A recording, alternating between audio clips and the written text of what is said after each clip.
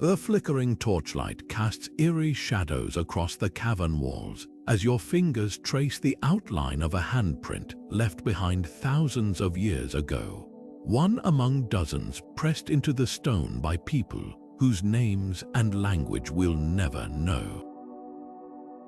These silent witnesses watched as our ancestors performed rituals so strange, so hauntingly beautiful, that modern scholars still argue over their meaning.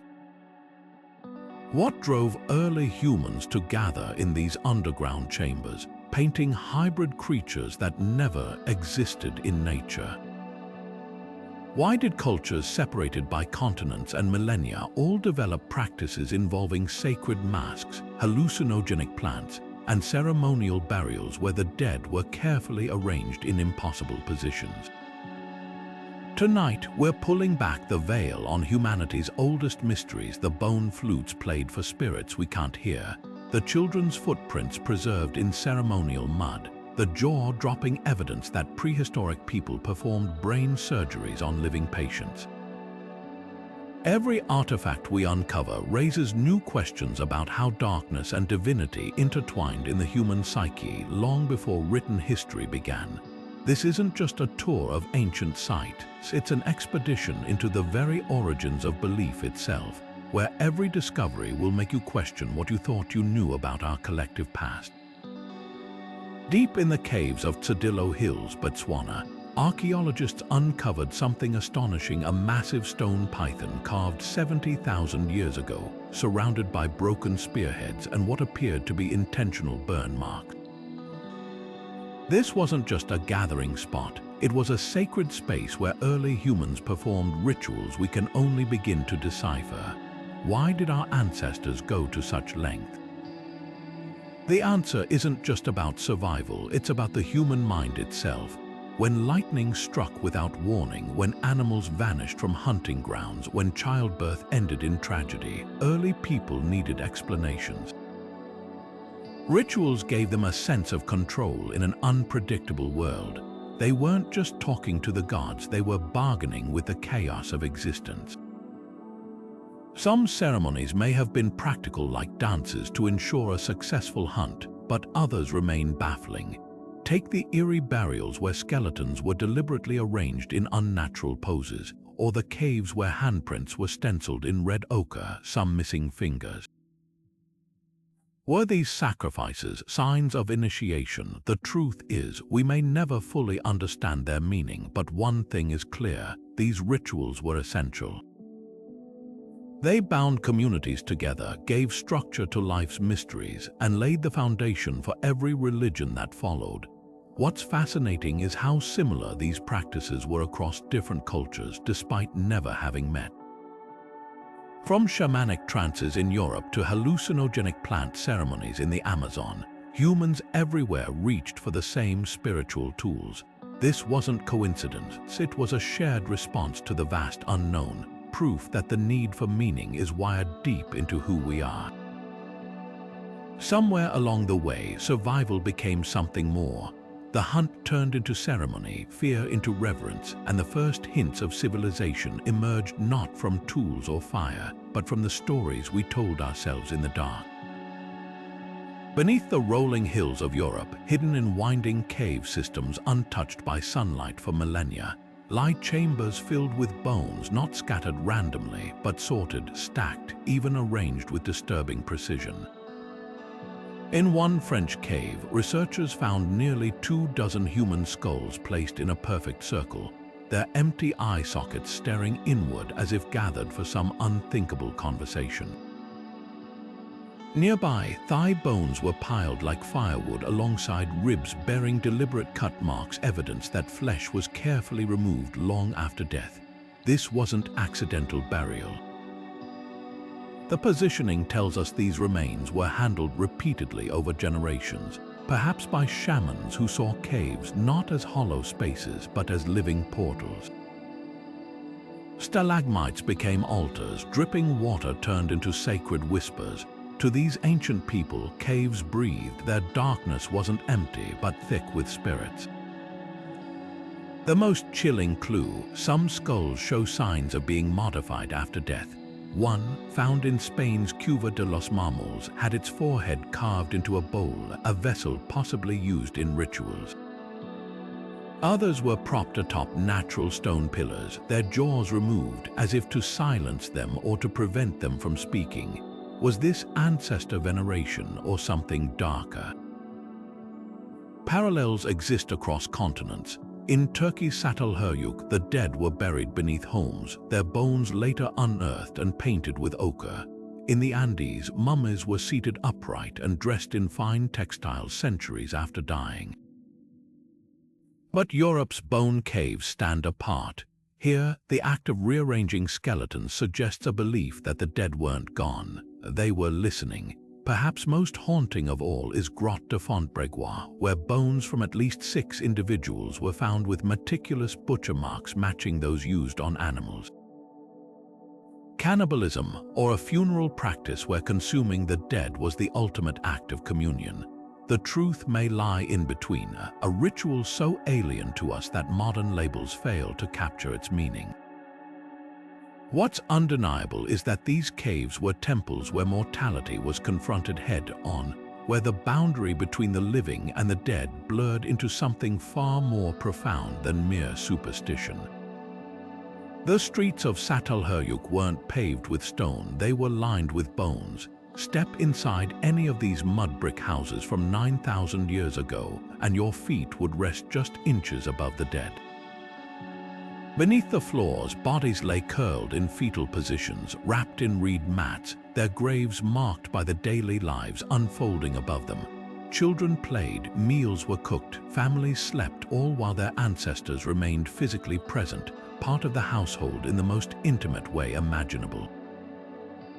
But it wasn't just burial beneath the home that made Satalhurjuk's relationship with death so striking. Some skulls were carefully dug up long after decomposition, their features meticulously recreated with plaster. Eye sockets filled with shell or obsidian to mimic life, faces painted with ochre as if blood still flowed beneath the skin. These weren't hidden relics, they were displayed, possibly passed between generations like living portraits of the departed. Why go to such lengths? One theory suggests these skull cults weren't about fear but continuity. By preserving the faces of their dead, the people of Satalhurjuk may have been weaving the past into the present, ensuring that wisdom or protection never faded. Elsewhere in the settlement, bull horns and leopard teeth were embedded into walls, hinting at rituals where animal power merged with human memory. Yet there's another, darker possibility. Some skulls show signs of deliberate breakage, strategic fractures that hint at post-mortem rituals we can't fully reconstruct. Was this a way to release spirits? To absorb knowledge trapped in the bones, what's clear is that death here wasn't an end, but a transformation, one that required active participation from the living. Unlike the secluded bone caves of Europe, Satalhurjuk's practices unfolded in domestic spaces, blending the sacred with the mundane. A child's burial near a hearth, a painted skull resting beside grain stores. This was spirituality without temples, where every home doubled as a shrine. Perhaps that's the most haunting revelation of all. For these Neolithic people, the boundary between the living and the dead wasn't just thin. It didn't exist at all. In the steaming jungles of Mesoamerica, archaeologists uncover altars crusted with a dark residue, one that tests positive for hemoglobin, the iron-rich protein found in blood. This isn't movie violence, it's the tangible evidence of ceremonies that spanned centuries, where lives were offered to forces beyond human control. The Olmecs, often called Mesoamerica's mother culture, left behind jade figurines with slashed throats, while Maya murals depict captives bleeding onto paper before their hearts were torn out.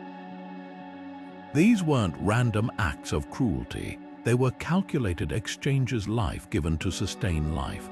But what drove these societies to such extremes? The answer might lie in the very landscape they inhabited.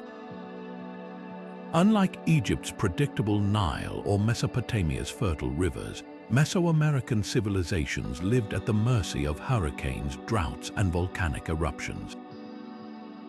When the rains failed, crops withered. When floods came, entire cities drowned. In this unstable world, sacrifice became a form of negotiation, a plea to gods who held the power to nourish or destroy. Yet power played its role too. At Teotihuacan, mass graves hold the remains of warriors with hands bound, their deaths coinciding with the city's expansion. In Cahokia, near modern-day St. Louis, young women were buried alive beneath ceremonial mounds, their bodies arranged like spokes on a wheel. Were these victims willing participants, raised from childhood to believe their sacrifice would save their people?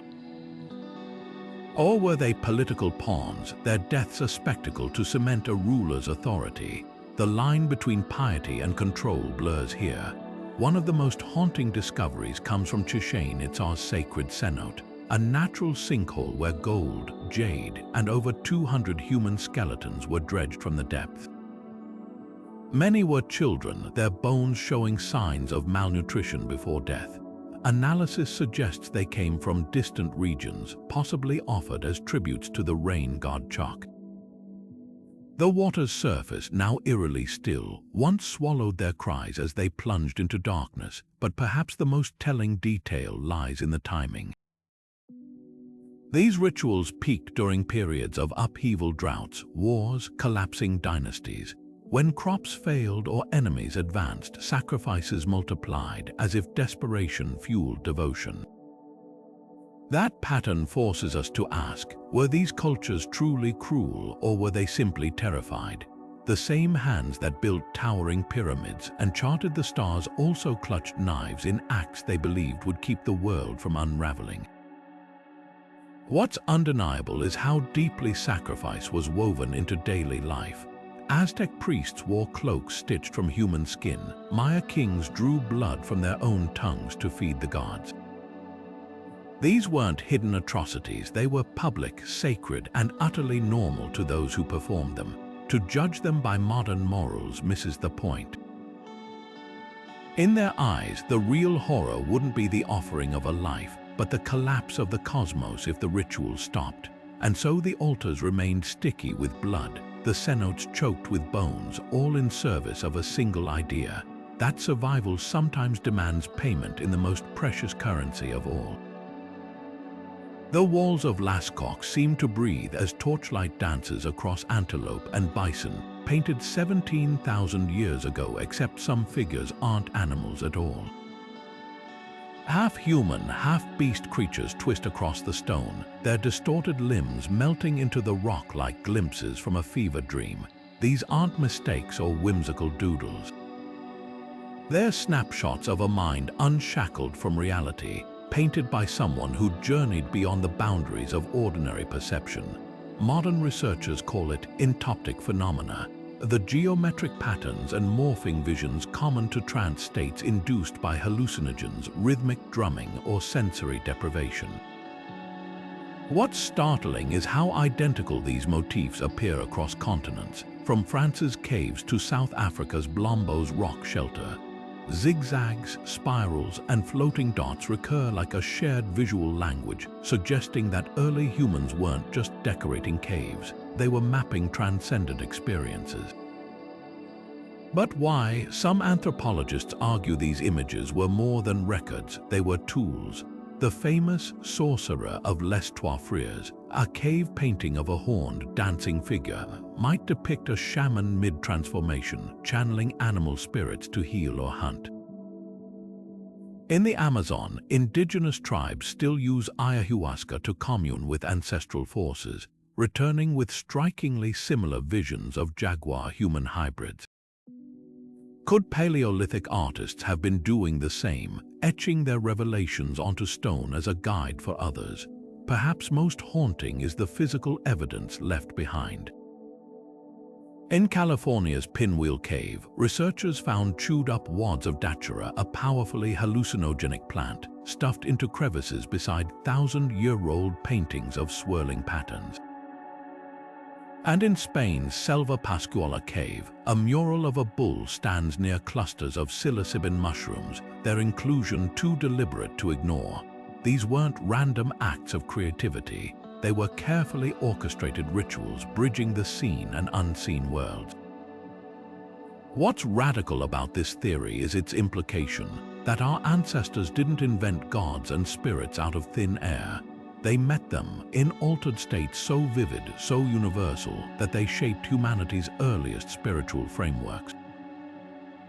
The next time you see a cave painting of a horned figure, ask yourself, is this a myth or a first-hand report? The deeper mystery, these visions may have birthed more than art. They could be the roots of religion itself, the moment humans realized consciousness wasn't confined to the body, that other realms existed just beyond the veil of ordinary sight. And if that's true, those flickering torchlit caves weren't just galleries. They were humanity's first cathedrals, rising from Malta's sun-baked limestone like the bones of some ancient leviathan. The Haggakim temple complex predates Stonehenge by over 1,000 years, and what happened inside these chambers defies simple explanation. Walk through the massive corbelled doorways today, and your footsteps echo unnaturally loud, bouncing off walls engineered to distort sound. Archaeologists testing the acoustics made a chilling discovery. Whispers spoken in the central altar can be heard clearly throughout the entire structure, while drums beaten at a specific frequency create eerie reverberations that seem to come from the stones themselves. Was this sonic manipulation accidental, or were these temples designed to make worshippers believe the gods were speaking? Beneath the labyrinthine passages, hidden niches contain the remains of butchered animals, not just bones, but altars stained with traces of myoglobin, a protein found only in freshly spilled blood. The most disturbing find, a stone slab riddled with crescent-shaped cuts matching the exact curvature of animal ribs, suggesting sacrifices were performed with ritual precision. Yet there's a paradox here. Alongside these grim discoveries stand dozens of serene, full-figured goddess statues, their rounded forms symbolizing abundance. One theory posits that life and death were intertwined in these ceremonies, an offering of blood to ensure the fertility of land and people. The celestial alignments deepen the mystery. During summer solstice, sunlight pierces a carefully positioned hole in the temple wall, illuminating a carved spiral symbol linked to rebirth across ancient cultures. Winter solstice brings a different phenomenon. Moonlight enters through another aperture, casting serpentine shadows that slither across the floor as Earth's tilt shifts. Whoever built these temples didn't just track time, they choreographed light and shadow into their worship, merging astronomy with the sacred. But the most haunting clue lies in the so-called oracle holes, narrow tunnels connecting inner chambers to concealed spaces behind the walls. A person hiding there could project their voice directly toward a worshipper kneeling at the altar, making divine pronouncements seem to materialize from thin air. Combine this with the acoustics, the solstice alignments, and the bloodstains, and a picture emerges. These weren't just temples. They were theaters of the supernatural, where priests may have staged encounters with the divine, leveraging architecture, astronomy, and psychology to create experiences so powerful they shaped an entire civilization's belief system. Unlike the caves of Lascaux or the bone chambers of Europe, Malta's temples reveal a sophistication that borders on the otherworldly. The people who built them left no written records, but their legacy whispers through the stones, a reminder that the human drive to commune with forces beyond our understanding isn't just ancient. It's engraved into the very foundations of who we are. In the icy depths of Siberia's permafrost, archaeologists unearthed faces that weren't human, not quite. Pressed against the skulls of ancient shamans were masks of hardened clay, some stitched with patches of fur, others molded into twisted expressions with sunken eyes and gaping mouths. These weren't simple burial offerings, they were gateways, Each mask was a frozen scream, a silent plea to forces beyond the grave, crafted with terrifying precision to serve a single purpose: guiding the dead through realms no living person could see. What's chilling isn't just the masks themselves, but what they reveal about the minds that made them. Some depict snarling bears or horned beasts, their features exaggerated as if mid-transformation. Others show human faces stretched unnaturally long, mouths agape in eternal howls. The most haunting examples have hollowed-out eye sockets, not just empty but deliberately widened, as if to help the wearer see in the darkness of the afterlife. The masks weren't found alone. Many still clung to skulls wrapped in birch bark, surrounded by amulets of bone and stone. In one burial near the Ob River, a shaman's body lay curled in a nest of antlers, their points angled outward like a cage. Was it protection, a trap, or something far stranger, a vessel to carry the soul upward like a ladder made of horn? Here's where it gets even more intriguing. Modern indigenous Siberians, like the Conti and Nenets, still tell stories of shamans who could walk between worlds, their masked rituals allowing them to bargain with spirits for healing or hunting luck. The masks, they say, weren't just disguises, they were skin worn to let the shaman become something else entirely. Peel back the fur and clay, and you're left with a radical idea that death wasn't an end but a departure. A journey requiring the right face to pass unseen, but there's a darker possibility. Some masks bear deep grooves along the cheeks, as if carved to channel fluids, tears, blood, or something more spectral. Others were found with small stones clenched between the teeth of the corpse beneath.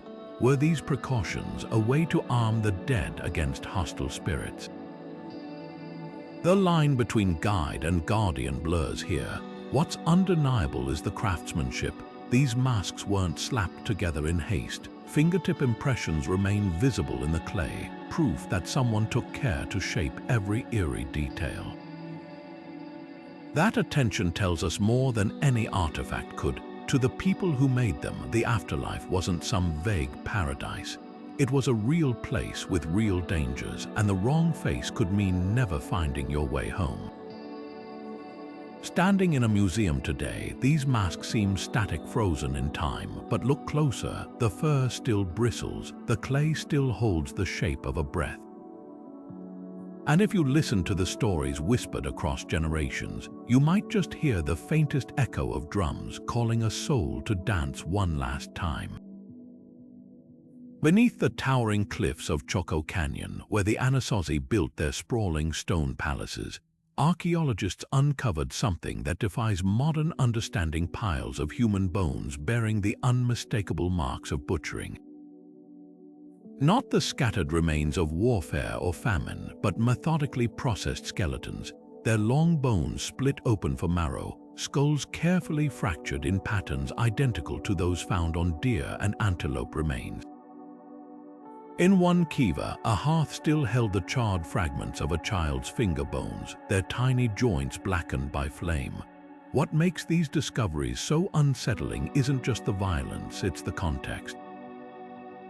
These weren't hidden acts. The bones were found in ceremonial chambers, mixed with shattered pottery that once held food offerings. Coprolite's ancient fecal matter tested positive for human myoglobin, proving someone consumed flesh as part of a ritual. The question isn't just whether it happened, but why. Some researchers argue this was survival cannibalism during the brutal droughts that eventually drove the Anasazi from their homes.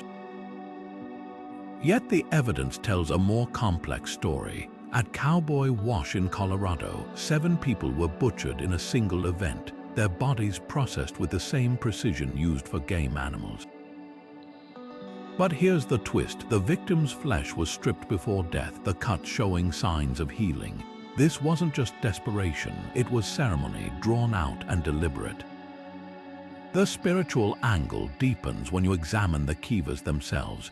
These circular, subterranean chambers were sacred spaces where rituals connected the living to the spirit world. Wall paintings depict figures with gaping mouths and distended bellies, possibly ancestors demanding sustenance. Some kivas contain pits filled with problematic bones, skulls, and limbs arranged in ways that mirror Mesoamerican sacrificial offerings. Was this a localized version of the same belief that consuming the dead could transfer their strength or appease angry gods? Perhaps most telling are the petroglyphs nearby. At a site called Yellow Jacket, a spiral pecked into rock aligns with the winter solstice sunrise, casting shadows that ripple across a carving of a humpbacked flute player, the Anasazi's Kokopelli, a fertility deity. But next to him, barely visible, is another figure, a stick-like being with its arms raised, its torso marked by a series of dots as if counting portions. The Anasazi's descendants, the Pueblo peoples, speak cautiously of these findings. Their oral traditions reference witch figures who consumed flesh to steal power, stories that may preserve fractured memories of darker practices. But to dismiss these acts as mere horror misses the point. In a world where crops failed and enemies lurked beyond the mesa, the line between sacrifice and salvation might have been thinner than we imagine. These bones force us to confront an uncomfortable truth, that survival and spirituality weren't always separate. Sometimes they wore the same face, one we can barely recognize through the dust of centuries. And that recognition changes everything, not just about the Anasazi, but about the extremes humans will endure and inflict when the earth itself turns against them. The quiet crackle of burning bone echoes across 3,000 years, a sound that once decided the fate of empires. In the silent chambers of Neolithic China, shamans pressed red hot rods against the shoulder blades of oxen, watching as the heat spiderwebbed the surface with fractures. To modern eyes, they might look like random splits, but to the diviners of ancient China, these cracks were a direct hotline to the gods, a celestial Morse code spelling out everything from harvest yields to the outcomes of war. What's fascinating isn't just the practice itself, but how systematic it became. By the Shang dynasty, these oracle bones were part of a vast bureaucratic ritual. Questions were carved in precise script. Will the queen bear a son? Should we attack the northern tribes before the bone was torched? The resulting cracks were then read like a divine flowchart, with interpretations recorded directly onto the bone itself. Tens of thousands of these fragments survive today, making them some of humanity's oldest written records. But here's the twist: science suggests these rituals weren't just blind superstition. Recent studies show the bones often fractured along pre-carved grooves, meaning shamans may have guided the cracks to align with political needs, a failed harvest predicted. Redirect blame to restless ancestors, a lost war foretold, reroute armies before battle. In this light, oracle bones weren't just mystical, they were early propaganda tools, blending psychology and statecraft. The practice's endurance is even more revealing. Centuries after the Shang fell, the I Ching emerged, a divination system based on the same principles of interpreting patterns, in this case, tossed yarrow stalks. Even today, the crack of a fortune cookie or the flip of a tarot card owes a quiet debt to those scorched ox bones. Why does this matter? Because it reveals something primal. Humanity doesn't just crave answers. We crave rituals to deliver them, a way to transform chaos into something we can hold in our hands, even if it's just a burnt fragment of the past. Yet the most haunting legacy lies in the questions left unasked. Among the thousands of surviving oracle bones, not one query is how the gods communicate through cracks only what they're saying. That blind faith in the system speaks volumes. Whether the messages were real or rigged didn't matter. What mattered was the illusion of control, the comfort of believing that even in the face of drought or war, the universe was still whispering back. Beneath the churning waves of the North Sea, where fishing trawlers now drag their nets, an entire civilization lies drowned. 8,000 years ago, this was Doggerland, a vast, fertile plain stretching from Britain to Denmark, home to hunter-gatherers who thrived among its forests and rivers. But when glaciers melted and seas rose, their world vanished beneath the water along with secrets we're only beginning to uncover. Divers exploring these murky depths have made bone-chilling discoveries: human skulls, some with deliberate holes drilled into them, resting on the ancient seafloor far from any burial site. These aren't accidental drownings. Forensic analysis reveals they were placed there after death, some even weighted down with stones, as if ensuring they'd never resurface.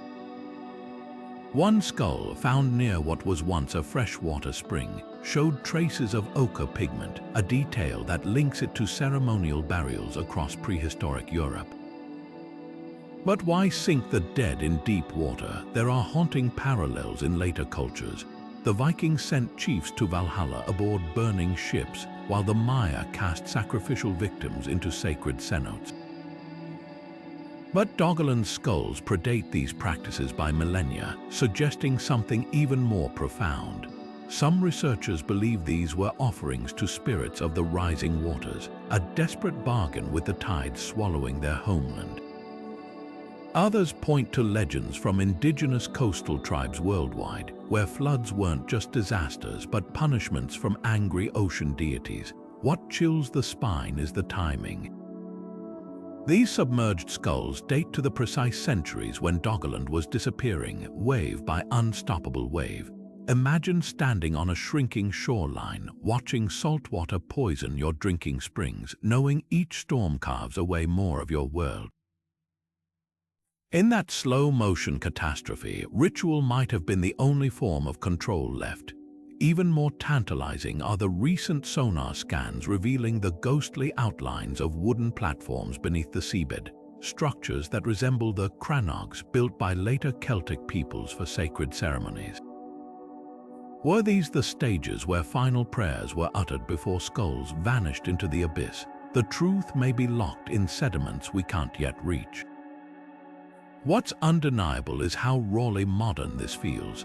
In an age of rising oceans and climate refugees, Doggerland's fate echoes like a warning across 8,000 years.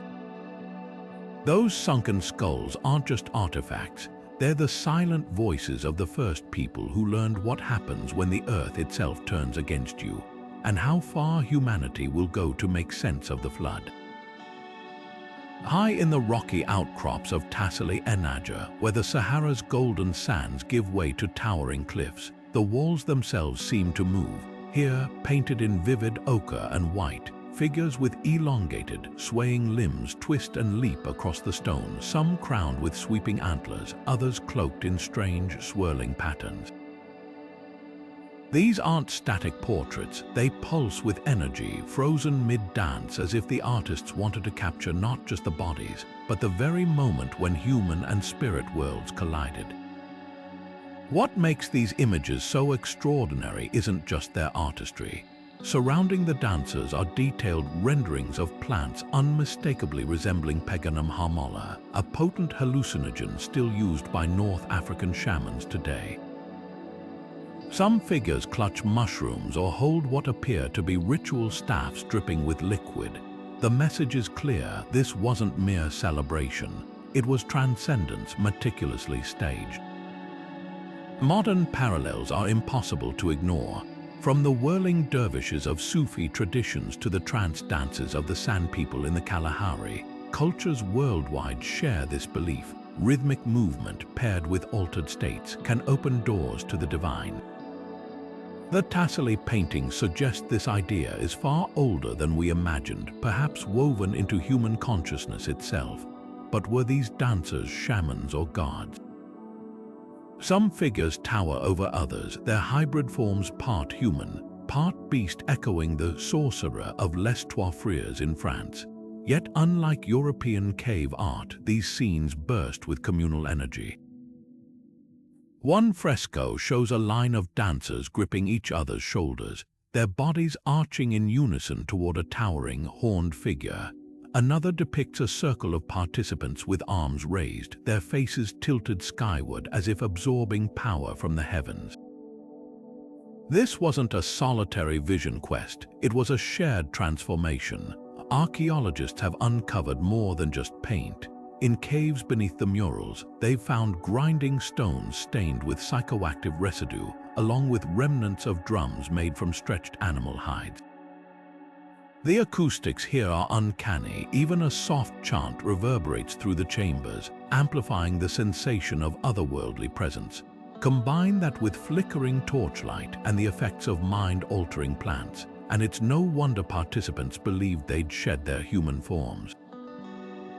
The most tantalizing detail, handprints stenciled alongside the dancers, some missing fingers, a practice seen in initiation rites across continents. Whether this was sacrifice, ecstatic ritual injury, or symbolic removal of earthly ties, one thing is certain: those who danced here didn't just worship spirits. They became them, and in doing so, they left behind a question that lingers like desert dust. Are these paintings records of visions or invitations to join the dance? Beneath the dust of ancient Jericho lies one of archaeology's most haunting discoveries, faces that refuse to fade. These aren't mere skeletal remains. Skulls carefully coated in plaster, their eye sockets inlaid with gleaming cowrie shells, stare out as if frozen mid-thought. Some bear traces of painted hair, others have delicate noses molded from clay. But the most unsettling detail, many were reburied beneath homes, positioned to watch over the living long after their flesh had turned to earth. What drove Neolithic communities to transform the dead into such lifelike effigies? The precision speaks volumes. Forensic analysis reveals artisans reapplied plaster in layers over years. Some skulls even show signs of being repainted, suggesting they were handled across generations like sacred heirlooms. At Ain Ghazel, similar skulls were found alongside statues with two heads, one living, one dead, hinting at a belief that the departed remained active participants in daily life.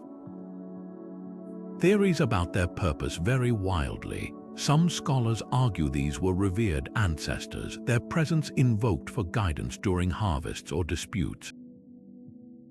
Others point to evidence of trauma on several skulls, fractures consistent with blunt force, raising the possibility they belonged to vanquished enemies, their likenesses preserved as both warning and trophy.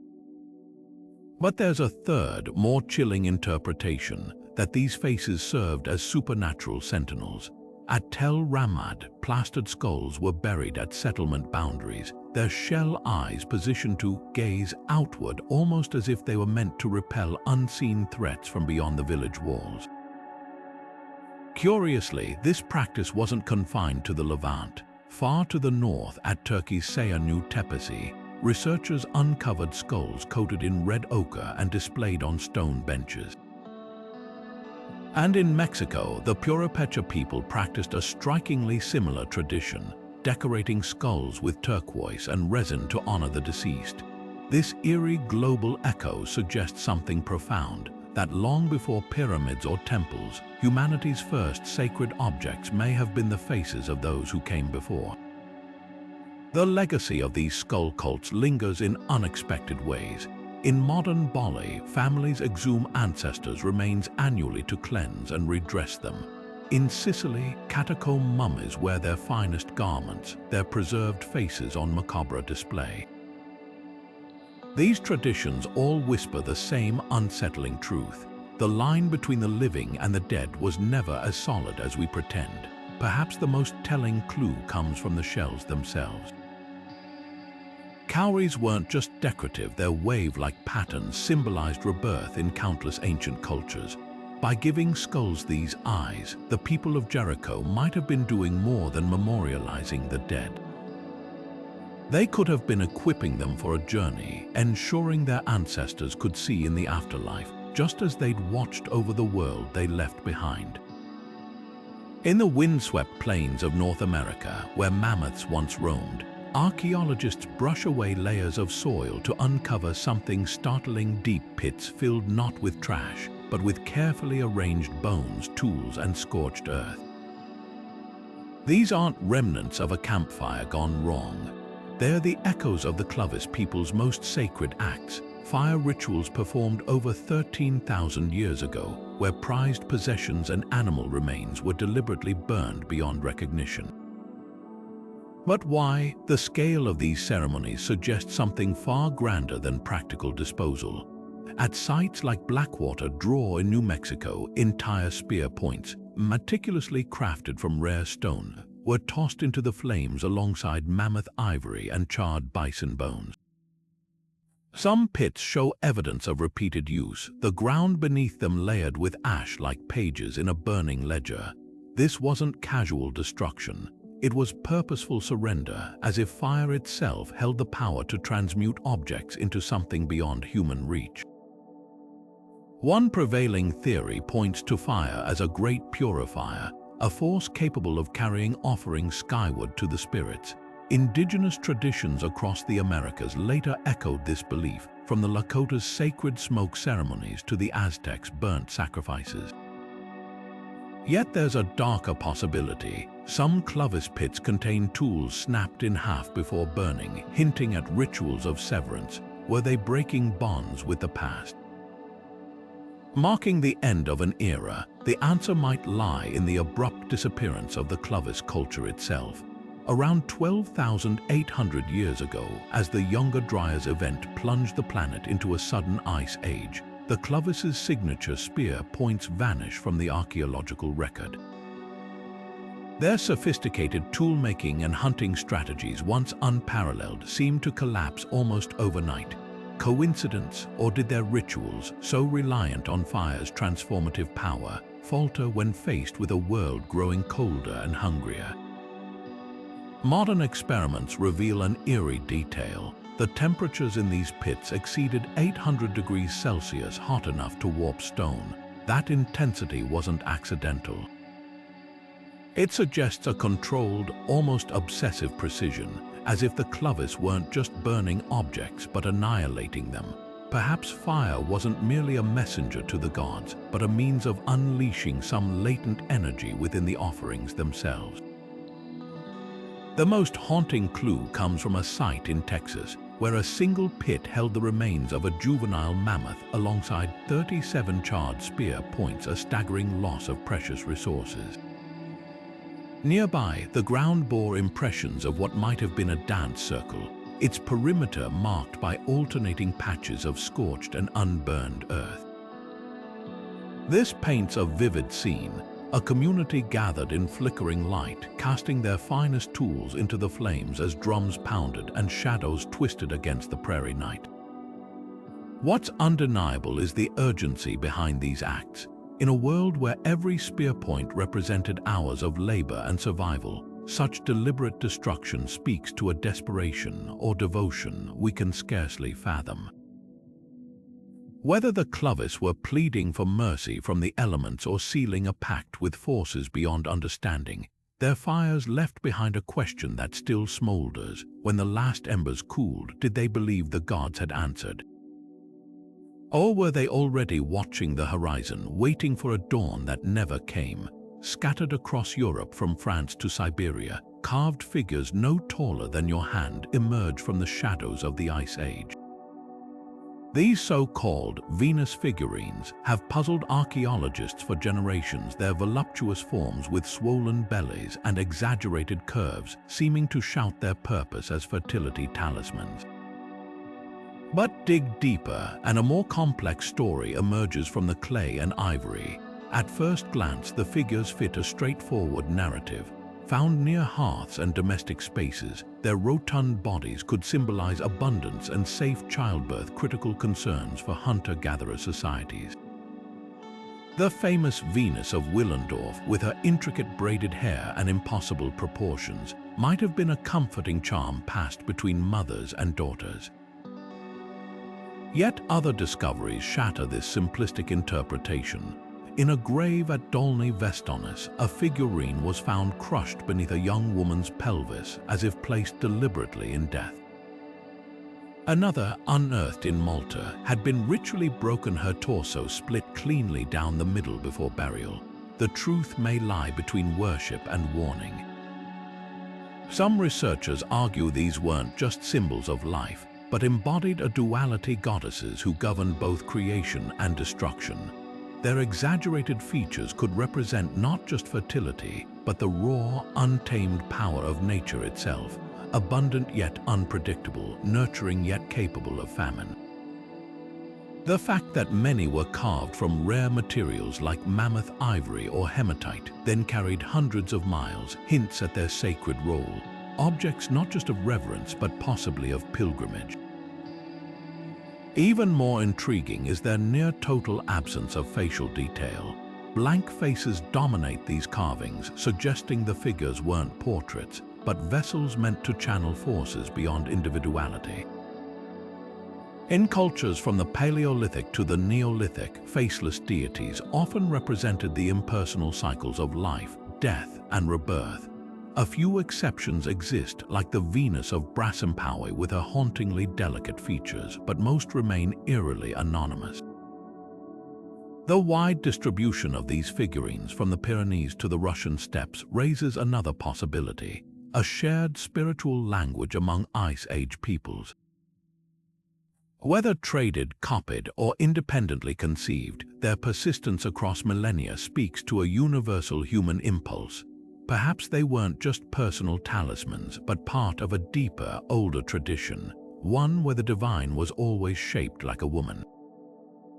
What's undeniable is their power over us even now. In a museum case, these ancient carvings still pull the eye, their curves echoing through 30,000 years of art.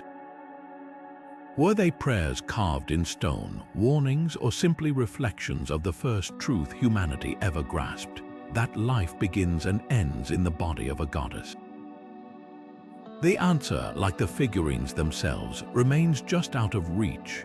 The peat bogs of northern Europe hide more than ancient plant matter. They cradle perfectly preserved witnesses to ceremonies lost in time. When workers cutting turf in Denmark's Bjælskovdal bog uncovered Toland man in 1950, they found not a skeleton, but a face so intact they could count his eyelashes. His peaceful expression, framed by a leather cap, contrasted horrifically with the braided noose still tight around his neck. This wasn't an accidental drowning.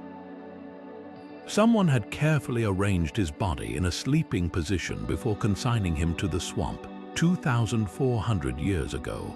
What sets bog bodies apart from other ancient remains is their shocking state of preservation. The cold, acidic, oxygen-poor environment of peat bogs halts decomposition, turning skin to leather and hair to vibrant copper. But the real story isn't just how these people were preserved, it's how they died. Toland man's last meal of porridge and seeds suggests ritual fasting before execution. Other victims, like Ireland's old Croghan man, show signs of systematic torture, deep stab wounds, severed nipples, and in his case, a hazel rod driven through his bicep as if to tether his spirit. Three competing theories attempt to explain this grisly tradition. The first points to fertility rites. Bogs were seen as gateways to the underworld, and sacrificing individuals during agricultural cycles might have been believed to ensure bountiful harvest. The second suggests judicial punishment. Some bodies show signs of physical deformities or aristocratic grooming, possibly marking them as social outcasts or deposed leaders. But the most haunting proposal connects these killings to periods of abrupt climate deterioration. Tree ring data reveals that many bog deaths coincide with years of catastrophic weather, as if communities were offering lives to appease forces beyond their control. Forensic analysis adds disturbing nuance. Many victims exhibit overkill, wounds, excessive violence beyond what was needed to cause death. Id Girl, a teenager discovered in the Netherlands, had half her hair shorn before being strangled with her own belt. Grobbel man's throat was slit so deeply his spine was nicked. This wasn't just murder, it was symbolic annihilation, a ritual dismantling of the self meant to serve some greater cosmic balance. Perhaps the most telling detail lies in what accompanied these bodies, or rather, what didn't. Unlike typical burials with grave goods, bog corpses were often deposited with nothing but their wounds. Except for a few cases like Winderby Girl, found with a blindfold still clinging to her face, most were sent into the marshes empty-handed. Were they meant to arrive in the afterlife as blank slates, or were the bogs themselves considered sufficient offerings, a merging of human and landscape that transcended material gifts? Modern scientists can reconstruct their last meals, their diseases, even the calluses on their hands, but the silence surrounding their final moments lingers like bog mist. Whether these individuals went willingly or were dragged screaming into the peat, their preserved faces challenge us with an uncomfortable truth, that for our ancestors, the boundary between brutality and sacredness was often as thin as the membrane between water and earth. 15th mystery, the stone circles of Göbekli Tepe, a vast hill in southeastern Turkey, hold something that shouldn't exist. A sprawling complex of massive stone circles, intricately carved pillars, and haunting reliefs of beasts, built not by farmers or city dwellers, but by hunter-gatherers over 11,000 years ago. That's 6,000 years before Stonehenge, before the pyramids, even before the invention of pottery. Göbekli Tepe rewrites history at every turn, forcing us to ask, why would nomadic people erect such a monument before settling down? And why go to such lengths only to bury it all? The pillars themselves are staggering. Towering nearly 20 feet tall, each T-shaped monolith weighs several tons, their surfaces crawling with detailed carvings of scorpions, lions, and vultures mid-flight. Some show headless human figures, their arms limp at their sides, victims or participants in some unknown rite. The most chilling relief depicts a crouching predator with bared teeth, forever frozen in the act of lunging. Whoever carved these images didn't just fear the wild, they worshipped it. But here's the twist: despite the site's grandeur, there's no evidence people lived here. No houses, no trash heaps, just these eerie circles scattered across the hill. That suggests Göbekli Tepe wasn't a village, it was a destination, a sacred gathering place where clans converged for ceremonies lost to time. Archaeologists found pits filled with animal bones, many from aurochs and gazelles, but the sheer quantity suggests something more than mere feasting. Cut marks indicate ritual slaughter, and the placement of skulls near altars hints at offerings. Were these hunts staged as spectacles, or did blood spilled here carry deeper meaning? Then there's the deliberate burial. Sometime around 8000 BC, someone painstakingly filled the entire complex with rubble, sealing it under thousands of tons of earth. The most plausible explanation: the rituals performed here grew too dangerous or too sacred to continue. Perhaps the knowledge held within its walls was meant to be forgotten. Or maybe, like a time capsule, it was buried to preserve its power for another age. Yet Göbekli Tepe's greatest mystery might be celestial. Some pillars align with specific stars, while carvings of serpents and birds mirror constellations known to ancient astronomers. Could this have been a prehistoric observatory where shamans tracked the heavens to predict migrations or celestial events? The truth may lie somewhere between temple and cosmic clock, a place where the earthly and divine collided in ways we're only beginning to decipher. What's undeniable is the site's staggering implication. Religion didn't emerge from civilization, it may have birthed it. The need to build, gather, and worship could have been the spark that eventually led to farming, villages, and everything that followed.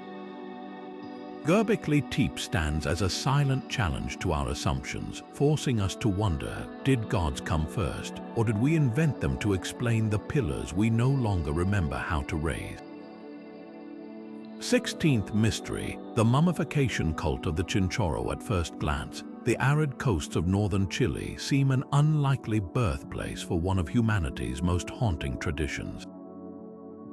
Yet here, beneath the scorching sun, the Chinchorro people perfected something extraordinary: mummification, thousands of years before Egypt's pharaohs ever wrapped their first body in linen.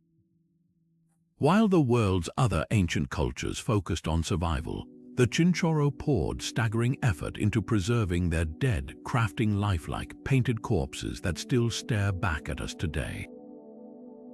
What makes these mummies so unsettling isn't just their age. Some date back 7,000 years, but the sheer intimacy of their creation. Unlike the Egyptians who reserved mummification for elites, the Chinchorro mummified everyone: men, women, children, even infants. Their techniques were shockingly advanced. Skin was carefully peeled away, organs removed, and the body reinforced with reeds and clay before being reassembled. The final touch, a coat of black or red manganese paint, giving the dead an eerie, almost theatrical presence. This wasn't passive preservation, it was active transformation. Some corpses were fitted with wigs of human hair, others had their faces modeled into serene expressions. One child mummy, found curled as if sleeping, still wears a tiny clay mask. These details suggest the Chinchorro didn't see death as an end, but as a transition into another form of existence, one where the deceased remained engaged with the living. But why invest so much effort when survival in this harsh desert was already a daily struggle? The answer might lie in the bones themselves. Many mummies show signs of severe malnutrition and disease, hinting at a world where life was fragile. In such conditions, maintaining a connection to the dead could have been a psychological lifeline, a way to ensure ancestors still provided guidance, protection, or even fertility from beyond the grave. There's another, darker layer. Some mummies display evidence of post-mortem manipulation, their limbs detached and reattached over generations. One theory suggests these were healing rituals, an attempt to symbolically repair the dead before sending them into the afterlife.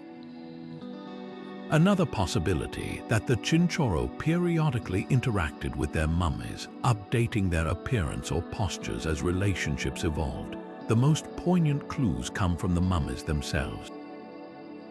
Infants, often buried with miniature fishing hooks or shell necklaces, hint at rites of passage cut tragically short. Adults, posed with arms crossed or hands resting on their chests, seem frozen in a moment of eternal readiness, perhaps waiting to assist the living when called upon. Today, these faces peer from museum cases, their painted skin cracked but still vivid.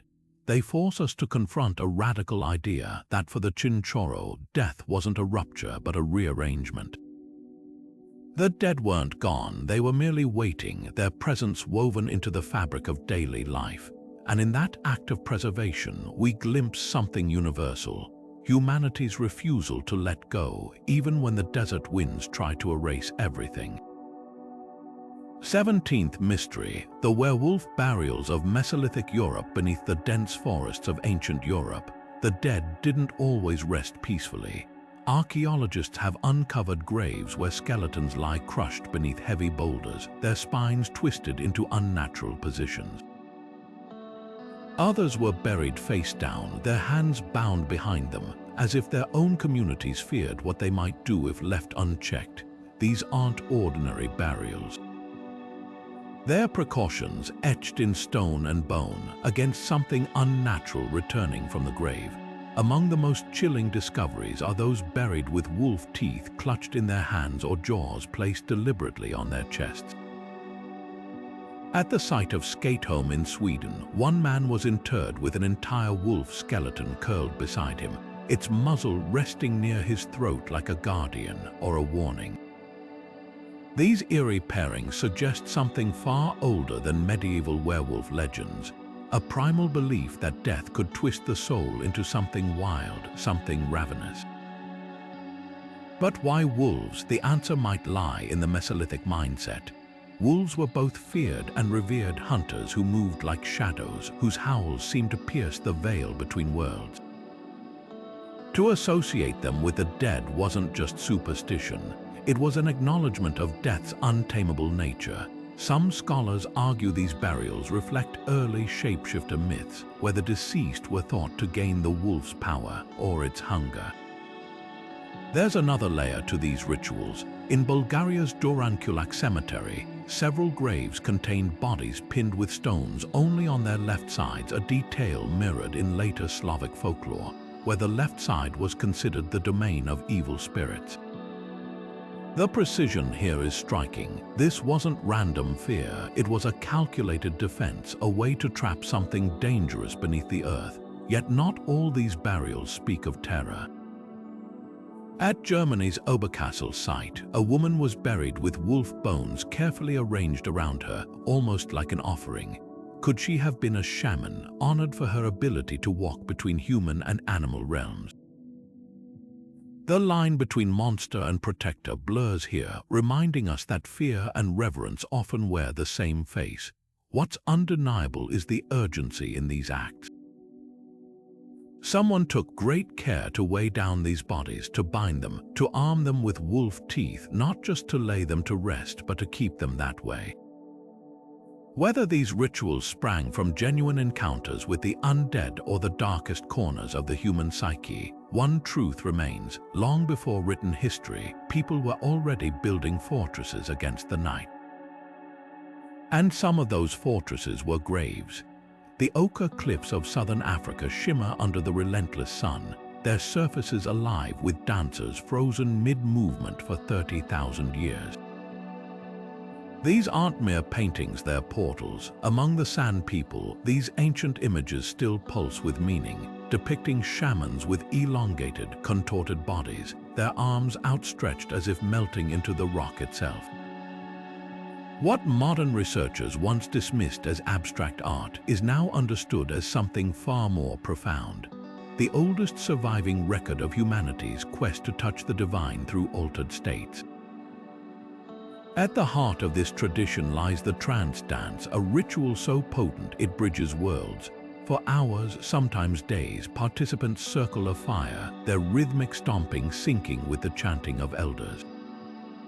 The combination of exhaustion, hyperventilation, and the ingestion of potent plants like Hoodia gordonii or Leonotis leonuris triggers a physiological cascade. Blood pressure plummets, visions erupt, and in that liminal space, shamans describe feeling their souls detach, ascending to negotiate with spirits for healing rain, restored health, or guidance. The rock art captures every stage of this metamorphosis. Some figures bleed from the nose, a documented side effect of extreme trance states. Others sprout antlers or claws, their human forms dissolving into hybrid beings. Most haunting are the so-called dying shamans, depicted curled on their sides with arms frozen in rigor mortis. This isn't literal death, but what anthropologists call trance death, a symbolic crossing into the spirit realm that leaves the physical body momentarily vacant. What's extraordinary isn't just the ritual's antiquity, but its unbroken continuity. When a San shaman today describes entering a painting to speak with the ancestors, they're channeling a practice older than agriculture, older than writing, older than the pyramids. Modern brain scans of shamans mid-trance reveal patterns nearly identical to those of people under psychedelics, suggesting these experiences aren't cultural constructs, they're hardwired into human neurology. But the San's practices also carry warnings. Their oral histories speak of arrows of sickness, that malevolent spirits shoot into the living, ailments only a shaman can extract. Some rock panels show eerie, ghostly figures with inverted colors, representing bad medicine that must be neutralized. This duality, healing and danger, mirrors modern understandings of psychedelics, tools of revelation that demand respect. Perhaps the most humbling realization is how little has changed. The same postures painted in prehistoric caves are still assumed by San shamans today. The same plants still open the same doors. In a world obsessed with progress, these cliffs stand as a testament to an enduring truth. Some mysteries don't fade with time. They wait, patient as stone, for us to remember what our ancestors never forgot. 19th mystery. The ashen cradle of Carthage, the Mediterranean sun, beats down on a field of small, sealed urns. each one heavy with charred bone fragments no larger than a finger. This is Carthage Tophet, a sacred precinct where the skeletons of thousands of infants and animals were interred over centuries. While Carthage itself flourished long after the prehistoric era, the shadows it cast stretch back to humanity's oldest, darkest impulses. At first glance, the site seems to confirm Rome's most damning accusations, that Carthaginians sacrificed children to their god Baal-Hamon, placing them in the arms of a bronze statue before flames consumed them. Ancient historians like Diodorus Siculus described parents watching without tears as drums drowned out the screams, yet archaeology complicates this tale. The urns also hold remains of stillborn babies and young animals, suggesting the Tophet might have been a resting place for those taken too soon, not a site of systematic slaughter. The truth likely lies somewhere between horror and misunderstanding. Chemical analysis of bones reveals some were burned after death, consistent with cremation practices. Others show signs of illness, perhaps offerings of lives already lost to famine or disease. But certain burials are harder to explain. A few urns contain multiple infants interred together, some with amulets still fused to their tiny ribs by heat. Were these protections for the afterlife or tokens of a bargain struck with the gods? What's undeniable is how readily Rome weaponized these rituals. As Carthage grew powerful, its enemies spun child sacrifice into propaganda, using it to justify the city's eventual annihilation. Yet similar accusations were leveled against early Christians and Jews, a pattern revealing how easily ritual becomes a cudgel in cultural wars. Beneath the politics, however, lies a deeper unease.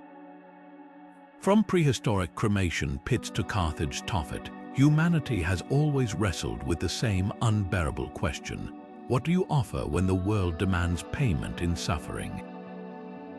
Whether these children were gifts to the gods, victims of slander, or simply casualties of a world without medicine, their ashes remind us that the line between reverence and atrocity is often written by the survivors.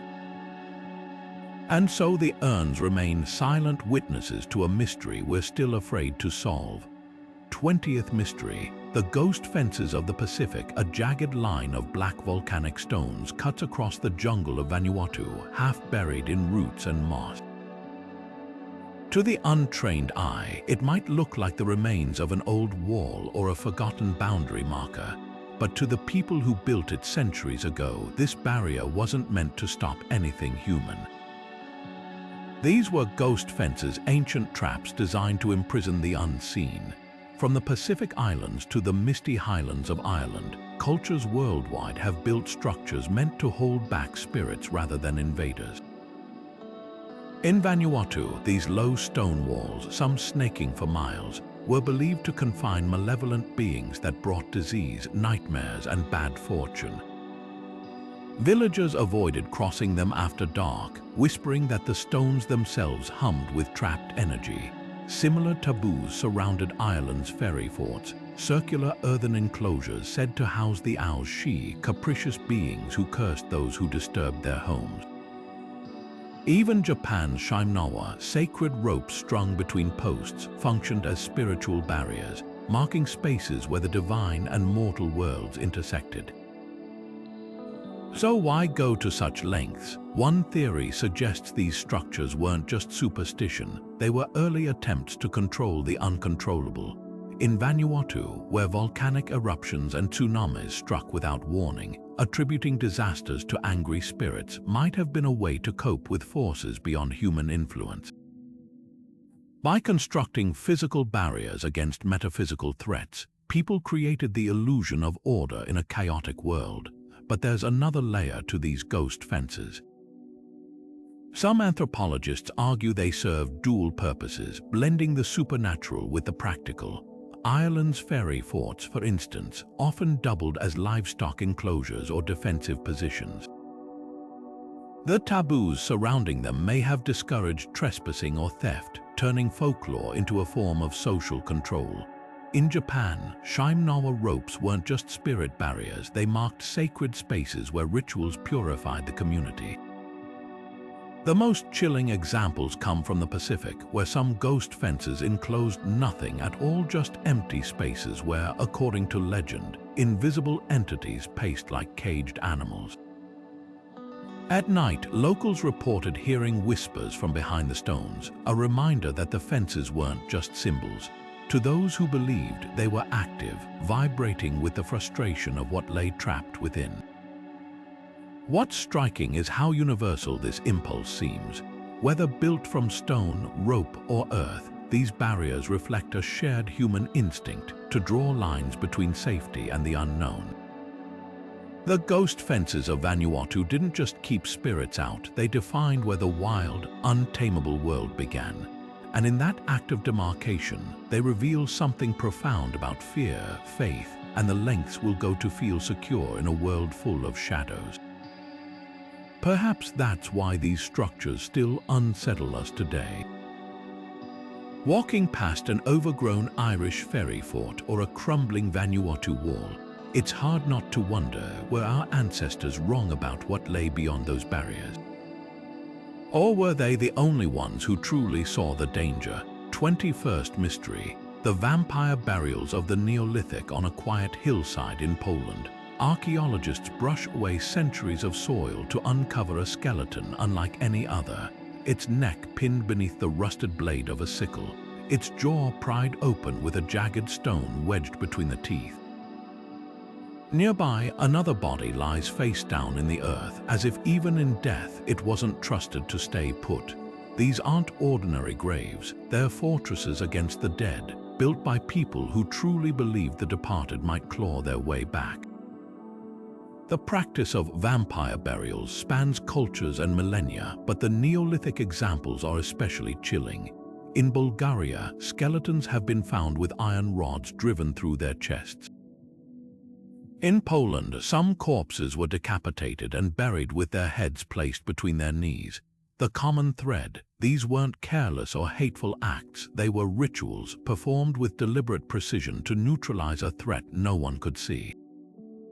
But what convinced these ancient communities that their dead might rise? One theory points to disease. In an era before germ theory, the inexplicable spread of illness, especially tuberculosis, which causes victims to cough up blood and waste away, might have been interpreted as the work of a corpse draining the living.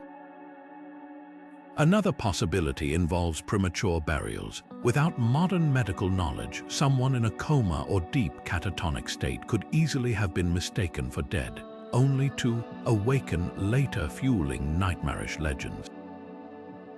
Yet there's a darker social dimension to these burials. Some of the restrained skeletons show signs of physical difference, hunched backs, extra fingers, or other abnormalities that might have marked them as outsiders in life.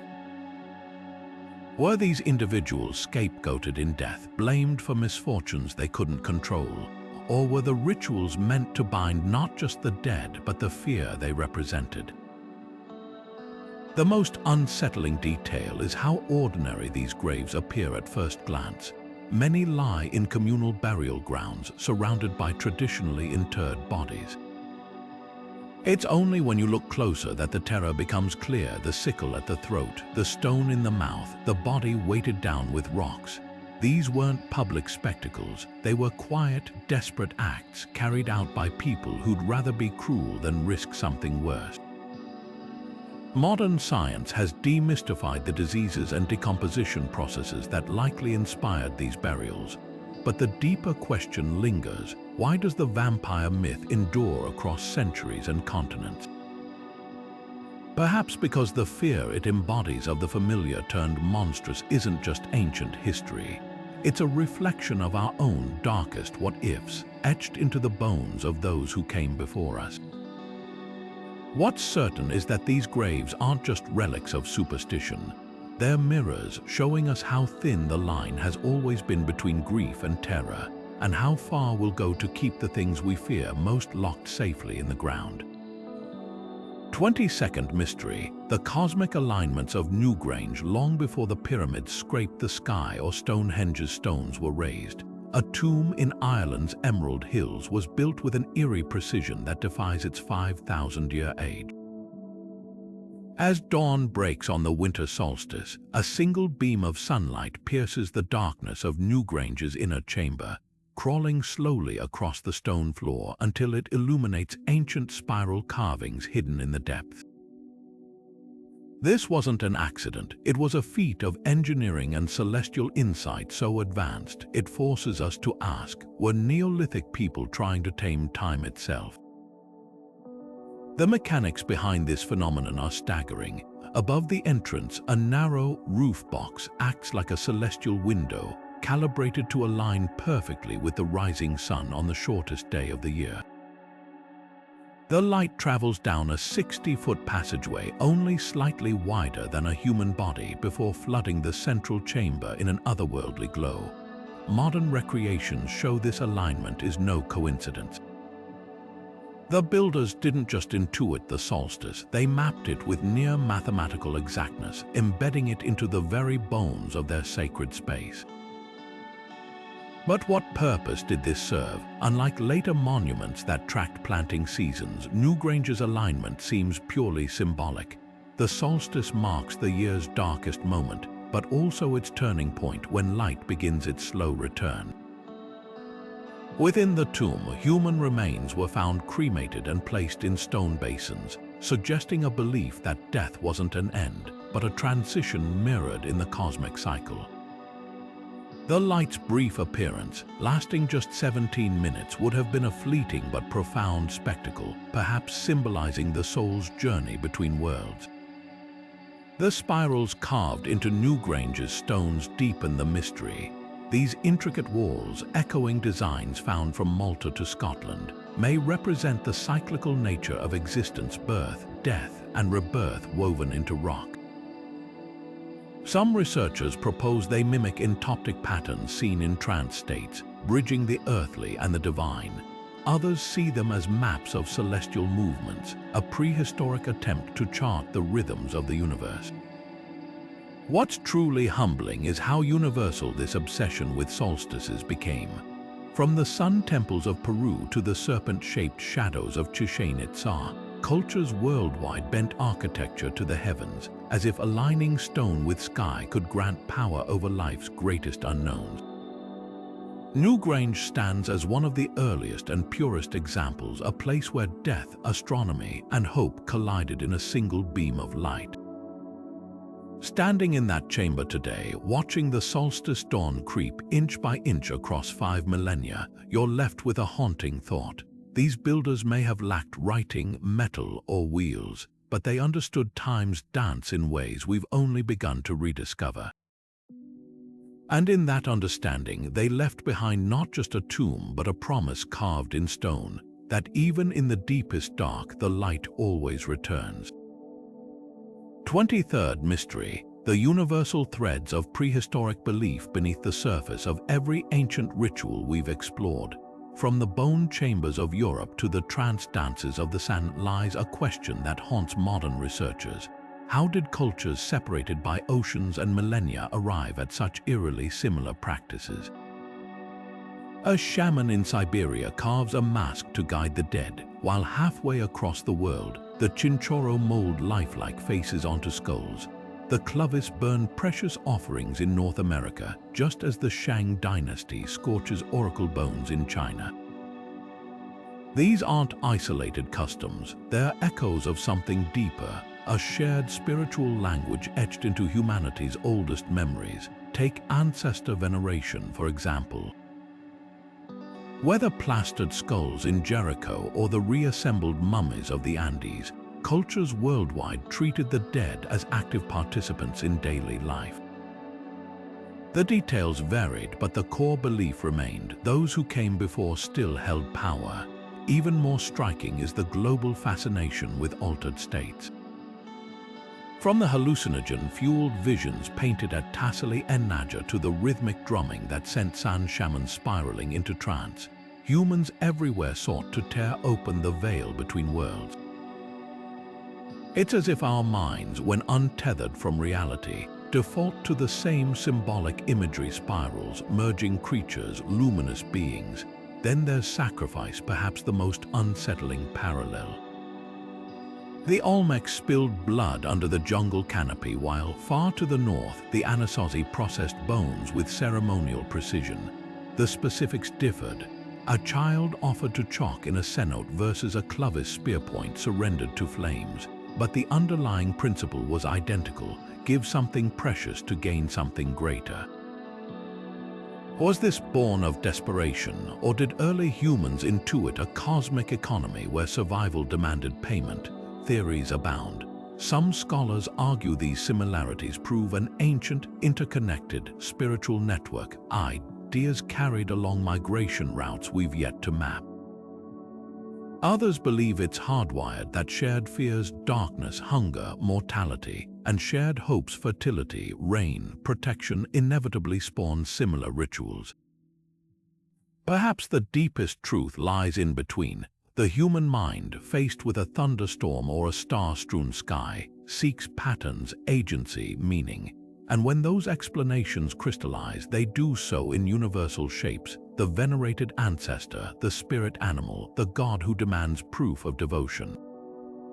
What's remarkable isn't just that these themes repeat, it's how they adapt. The same impulse that led Doggerland's people to sink skulls into rising seas later built Newgrange's solstice-aligned tomb. The dread that pinned vampire corpses beneath stones morphed into the ghost fences of Vanuatu. The rituals evolved, but their roots remained unchanged, a primal need to confront the unknown, not with logic, but with acts so visceral they bypass thought entirely. So were these practices innate or learned? The answer might be both. Like a recurring dream, humanity's oldest rituals feel both deeply personal and eerily familiar, as if we're all remembering fragments of the same forgotten story.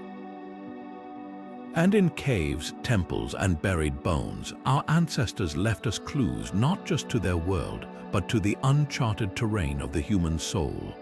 24th mystery. The living shadows of ancient writes its midnight on Halloween, and somewhere in the world, a child's breath fogs the crisp autumn air as they reach toward a flickering jack-o'-lantern. The carved face grins back, a modern echo of the skulls our ancestors once painted and displayed to ward off evil.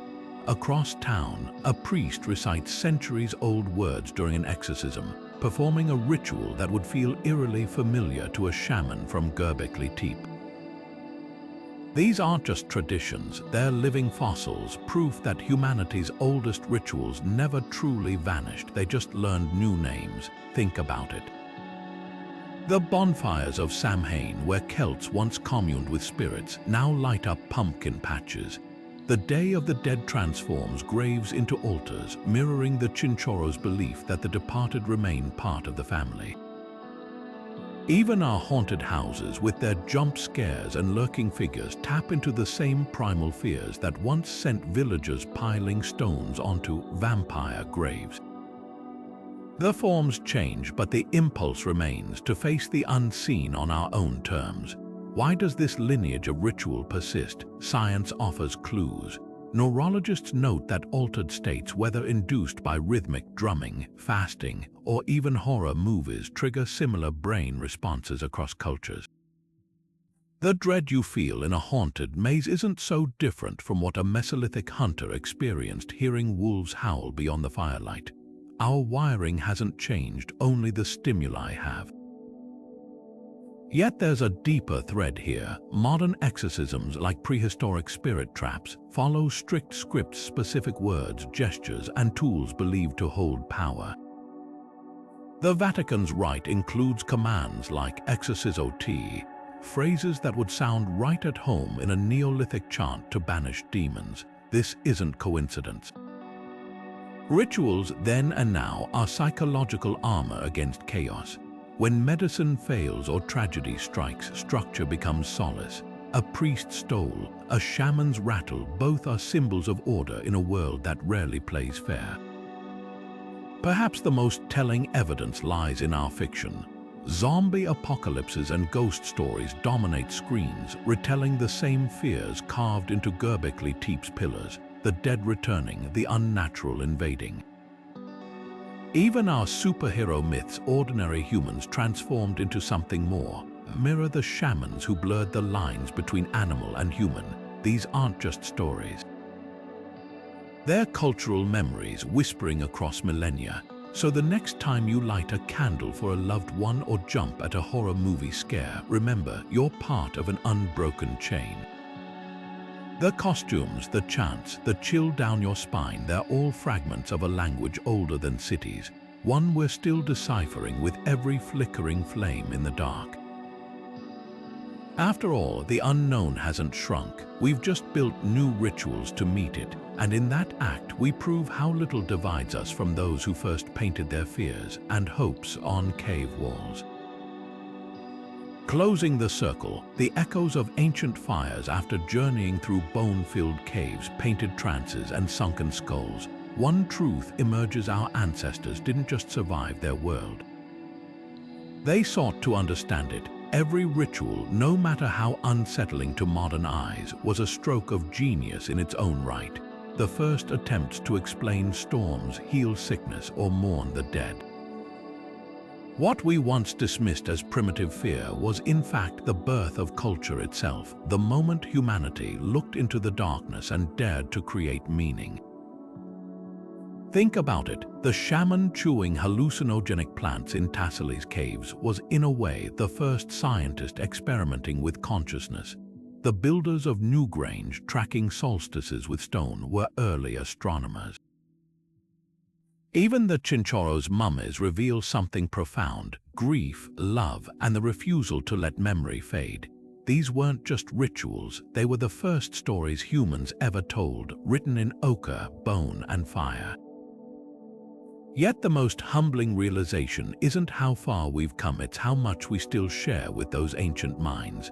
We might not carve oracle bones today, but we scroll horoscopes.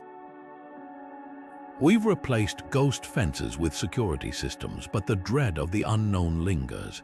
That thread connects us across millennia, proving that technology changes, but the human heart. That's always been the same, so the next time you light a candle, celebrate a holiday, or even check your weather app, remember, you're standing on the shoulders of shamans and stargazers. Their rituals might seem strange now, but they laid the groundwork for everything we cherish: art, medicine, even the bonds of community. If these shadows of the past have gripped you as they've gripped me, let me know in the comments which ritual left you awestruck: the bone caves of Europe, the solstice magic of Newgrange, or something even darker.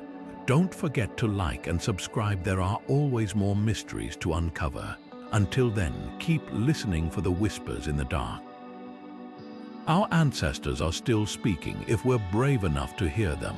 End scene. Slow fade on a flickering torch's reflection in a cave pool, its light rippling like the echoes